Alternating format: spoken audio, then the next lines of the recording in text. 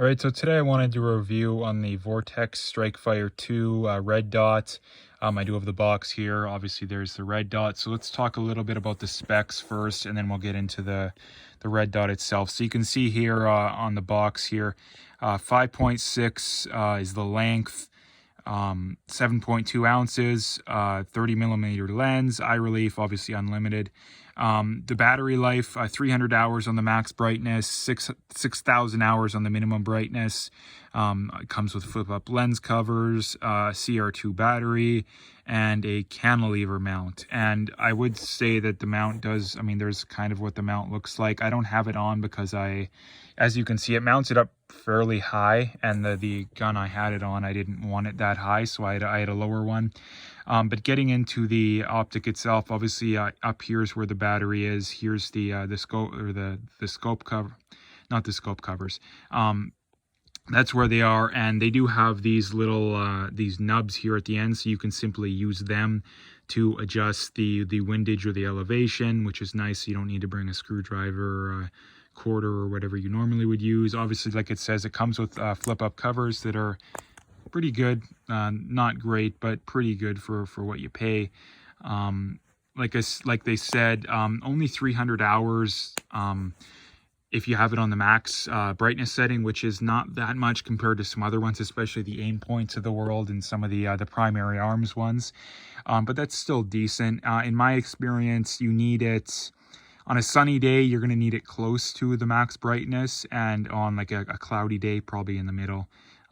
Even the lowest setting, it's even on a cloudy day, it's still not good enough. So my guess is you'll probably get about 500 hours of it. So you maybe need an extra battery or two. So it's not the end of the world. You end up paying an extra 10 or 20 bucks for batteries. That's not the end of the world in my opinion. But for some people that is important, so I just wanted to mention that. Like I say, as far as the lens covers go, they are actually pretty solid. I haven't had any issues with them. I definitely have bumped them a little bit. Like I say, battery goes up here. As far as the optic goes, turning it on, you simply push the top left button here, and again, comes on. There's the dot. To switch it to green, you simply hold the left for about 3 seconds, switches to green. To switch back to red, you simply hold the bottom again. To shut it off, again, hold the top, and to adjust the brightness settings up or down, you simply go up or down. So it's pretty simple as far as that goes. But getting into what I think of the optic, it is pretty solid. These are going for about 300 Canadian these days, which is, you're looking at probably around 200 American, give or take, like 20 bucks. So they are pretty good. Again, you have Vortex's famous, pretty much the best warranty in the industry, which is very nice to have. So as far as, dollar for dollar, pound for pound, this optic is pretty good. Personally, I think that the other Vortex, I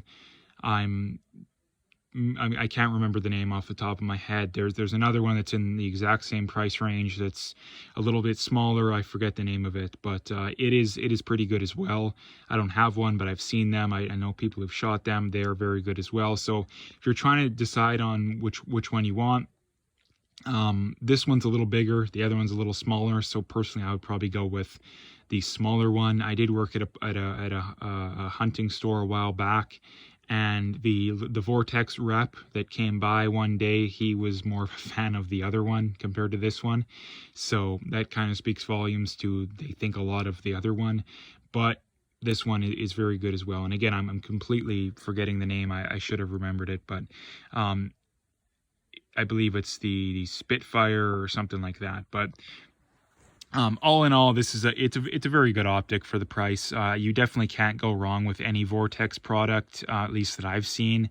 The quality of optics has gone up so much over the last decade or ish. You really can't go wrong with optics these days. Even the cheaper red dots are pretty good, not the super cheap like airsoft gun ones, but ones, anything above like 150, 200 bucks is going to be a quality optic, especially stuff like Vortex. Vortex, because of their their very good warranty policy, and the fact that they have, you know, optics at every price point usually. They forced other manufacturers to step up their game, so that the quality of optics as a whole has gone up quite a bit over the last decade or so. I think the days of you got to spend X amount on whatever scope or optic you're getting. You know, if you're going to spend 1,000 on your gun, you got to spend 1,000 on a scope. I think that's still a decent rule of thumb, but personally, I don't think that that's something you have to do necessarily anymore, because the quality of the cheaper stuff has gone up so much that it definitely has made up a lot of that difference. So anyway, but as far as the Strikefire 2 goes, very good quality optic.